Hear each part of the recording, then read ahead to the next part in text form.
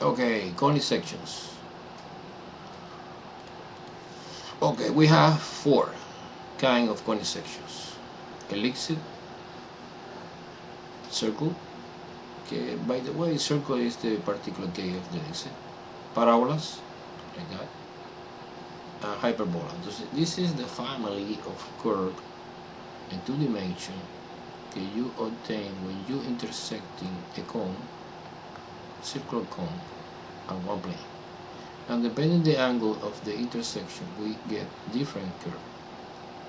Let me start with the ellipse first. Okay, ellipse is the conic section formed when the plane intersecting the axis of the cone with the angle of non-90 degree. Arbitrary angle. A definition is a set of all the points in the plane that the sum of the whose distance from two fixed points is called a foci is a positive constant equal to a. You can see now in the video. So you have two distance d1, d2 I call, and the sum of the distance d1, d2 is equal to a. Okay. Important thing in the ellipse is different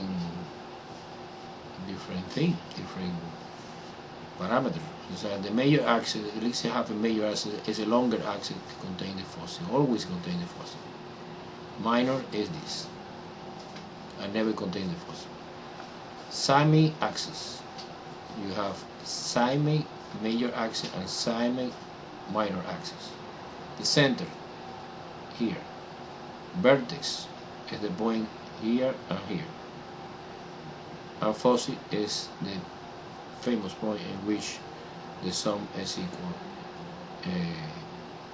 equal one constant, no? And to say in the ellipse we have three parameters, a, b, and c. Now the relationship between a, b, and c is something like that. Okay, this is the equation of the ellipse in a standard form. X squared over a squared plus y squared over b squared equal 1. Always the right hand side 1 in the standard form. And when the a is bigger than 1, the ellipse will look like that. But the major axis corresponds with the x-axis.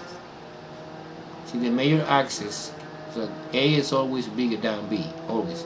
See, a is associated with the y, and the major axis is coincident with the y-axis. And finally is when you have a translation of the center. So we introduce a new parameter called h, k, and h, k is the new coordinate of the center for the ellipse. Let's see in the animation of the video. Okay, finally in the ellipse we have one parameter is called eccentricity of the ellipse. Eccentricity is E. It's equal to the ratio between C over A.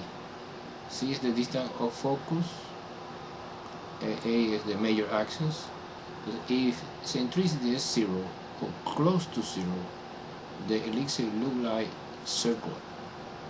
See, the ellipse is 1, close to 1. The ellipse is long and thick. Let's see the animation now.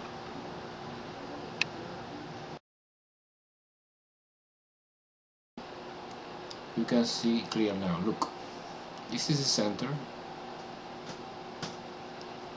This blue and this blue is a focus, to focus and blue and foci.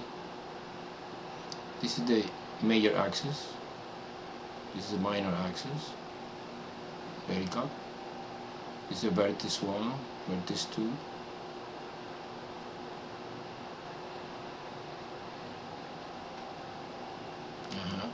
You can see get the sum d1 plus d2 is always constant. This is the endpoint of the minor axis. This distance red color is semi-major axis.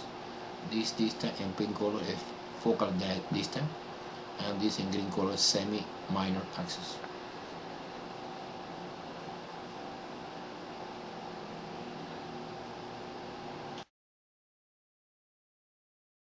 Okay.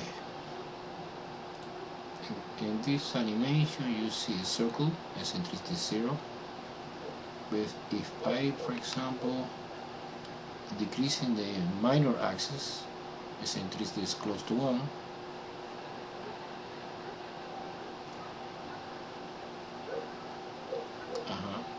y in another axis exactly the same. Now in this example the minor axis is on the x-axis, the major axis stays the same on the y-axis, and you see in pink color the position of the focus. It's the point que lie always in the major axis.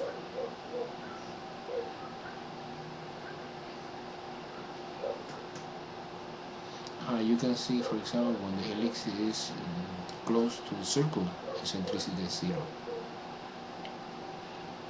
When the eccentricity is close to 1, the ellipse is totally flat.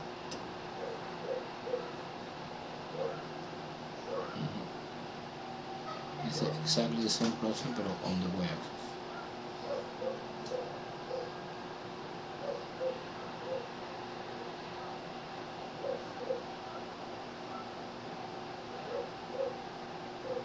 Okay.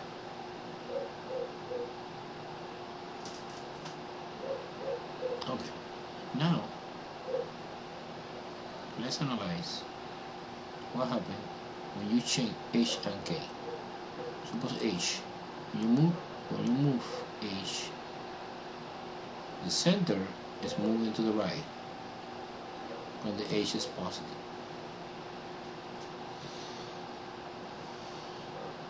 But when the H is negative, move to the left. See, H is 0, the center is in the origin.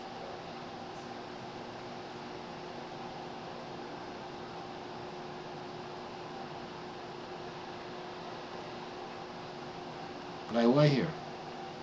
When the K is positive, move it up.